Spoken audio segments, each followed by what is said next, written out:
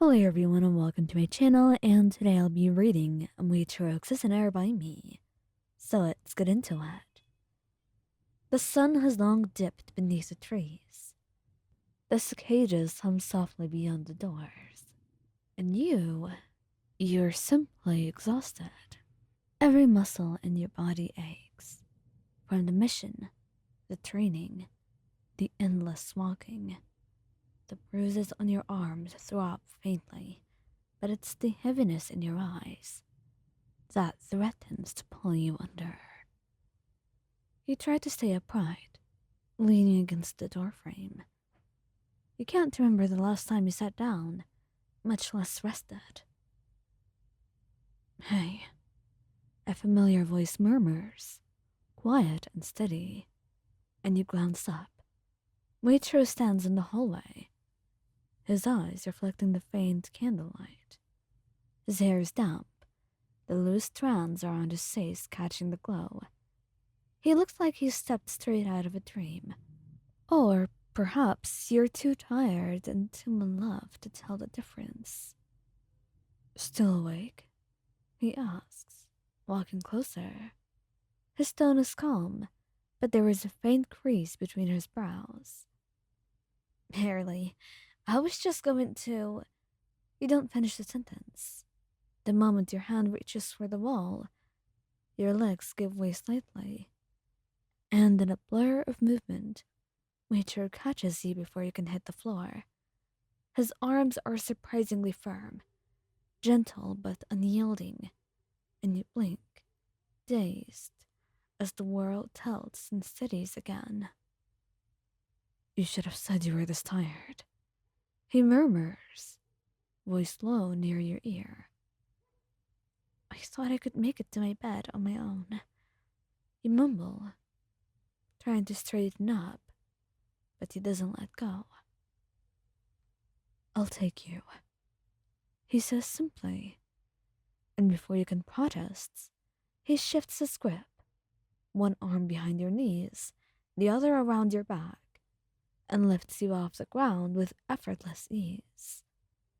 And you grasp softly, your hands instinctively finding his shoulders. You don't have to. I want to. He interrupts, tone calm as ever. You've done enough for today. You fall silent, your heart fluttering in your chest, as you look up at him. His expression doesn't change much. Serene, unreadable, but there is something warm in his eyes tonight. Something that softens every edge of his voice, and every quiet breath between you. The hallway is silent except for the faint sound of his footsteps.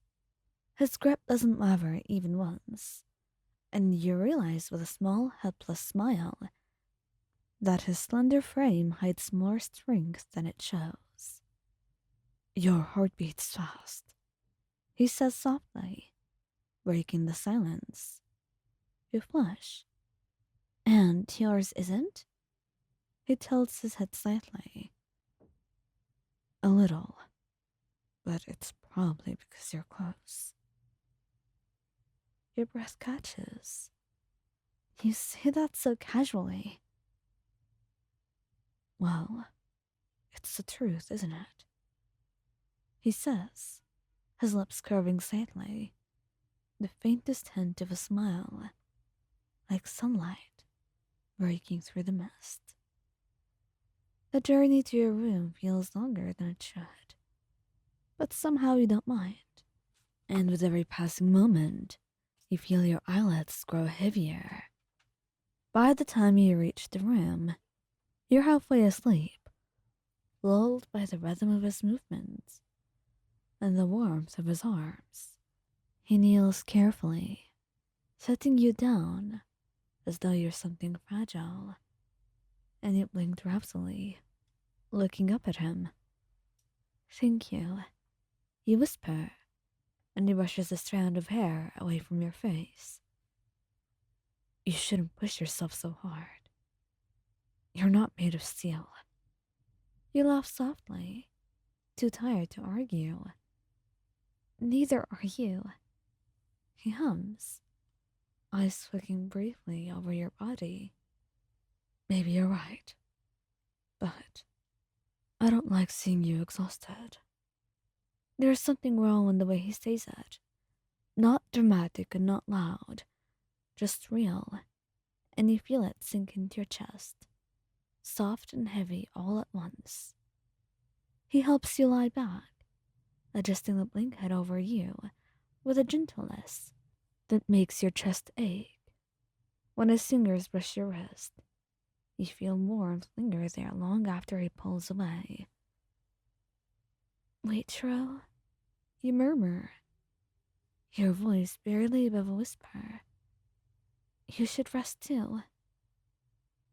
I will, he says quietly, sitting beside you. And he doesn't move away.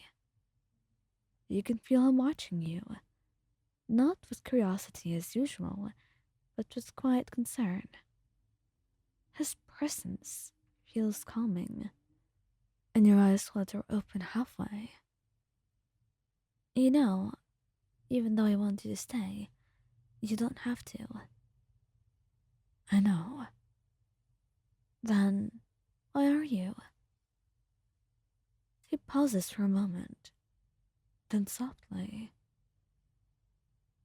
I want to make sure you're going to sleep. I don't trust you. You blink, startled, then laugh quietly. That's dramatic. He shrugs slightly. Maybe. But he'd do the same for me. You can't argue with that, knowing how much of a workaholic he can be. Sometimes you have to witness it with your own eyes, to see him resting, to know it happened.